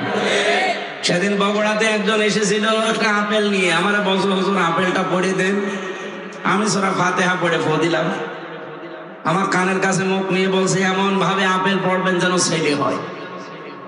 আপেল দিলাম ফেলে, আপেল কই ফেলে দিয়েছি। আরে ভাই আপেল পড়ে যদি ছেলে হইতো আমার ম্যাডামের 3টা মেয়ে হইতো না। আমার ম্যাডামের 3টা মেয়ে পর পর যদি আপেল পড়ে দিয়ে ছেলে হইতো আমি ওরে খালি আপেল খাওয়াতাম। কত বড় বিশ্বাস যে আপেল পড়ে নাকি ছেলে হয়। তা আমরা কি করছি? আপেল পড়ে যদি ছেলে হয় তা আমরা কি করছি? আমাদের কোনো কাজ নেই, আমরা কি রোবট? আকীদা সাফ করা লাগবে। আবার বলছি আল্লাহ যেটা পারে ওইটা অন্য কেউ, আবার বলেন আল্লাহ যেটা পারে ওইটা অন্য কেউ। আইন তৈরি করতে পারে কে? অন্য কেউ। যদি অন্য কেউ পারে বিশ্বাস আপনি করেন, আপনি শিরিক করলেন। আর শিরিক করলে সে কি? মুশরিক। বলেন বলেন। মুশরিকের জন্য জান্নাত হারাম, জাহান্নাম ওয়াজিব। মেয়েরা যারা এসেছেন আকীদা সাফ করে রাখবেন। আপনার 10 বছর বিয়ের পরে ছেলে হয়নি, আপনি পাগল হয়ে গেছেন। একটা রোগ হয়ে 2-3 বছরে ভালো হয় না, পাগল হয়ে যান। হযরত আইয়ুব আলাইহিস সালাম 18 বছর পর্যন্ত রোগে ভুগেছেন, কোনদিন কোন বাবার কাছে চেয়েছেন? আমাদের জাতির পিতা ইব্রাহিম 86 বছর পর্যন্ত সন্তান হয়নি, কোনদিন কোন মাজারে যায়নি। বলেন বলেন। আমি এই যে সৃষ্টি জগতের সূচনা নিয়ে কিভাবে আল্লাহ তৈরি করেছিলেন মানুষকে, বিশ্ব নবীকে, নূরের তৈরি, মাটির তৈরি, যে কথাগুলো মানুষ বলে, আমি এরকম সংক্রান্ত কিছু কথা নিয়ে কোরআন হাদিস থেকে মেয়েদের এই যে পারিবারিক জীবনে যে অশান্তি, এই অশান্তির দূর করার জন্য দাম্পত্য জীবনের কলহ এবং তার সমাধান, এরকম কয়েকটা বই জেলখানায় আমি লিখেছিলাম, পরে এসে পাবলিশ করেছি। এটা এসেছেন? এটা এই সাদা গাড়িতে আছে মনে হয়, এই সাদা গাড়ি আমার। এখানে আপনারা যাওয়ার সময় শিক্ষিত মানুষরা নিয়ে যাবেন ওই সৃষ্টি জগৎ নিয়ে ওই বইটা, অনেক তথ্য দেওয়া আছে। আর মেয়েদের জন্য একটা আছে, ওইটাও নিয়ে যান, কাজে লাগবে। কবরস্থানের জন্য কালেকশন করেছে এর আগে। এরপরও যারা টাকা বাড়ি নিয়ে যাওয়ার জন্য বসে আছেন, নিয়েছেন না, কবরে আপনারও যাওয়া লাগবে। দয়া করে, এনারা অনেক ঋণী হয়ে আছে মনে হয়। এরা মাটি ভরাট করতে 50 লক্ষ টাকা লাগবে এদের।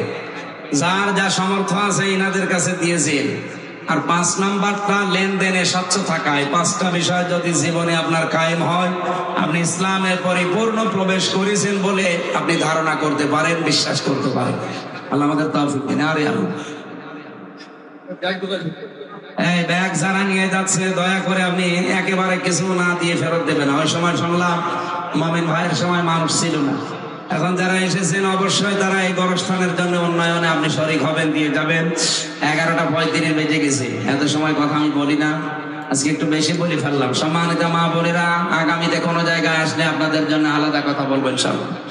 আল্লাহর এক ছোট্ট বান্দা 200 টাকা পাঠিয়েছে, আল্লাহ কবুল করুন। এই যার কোন ব্যাগ কয়, আপনাদের ব্যাগ পাঠিয়ে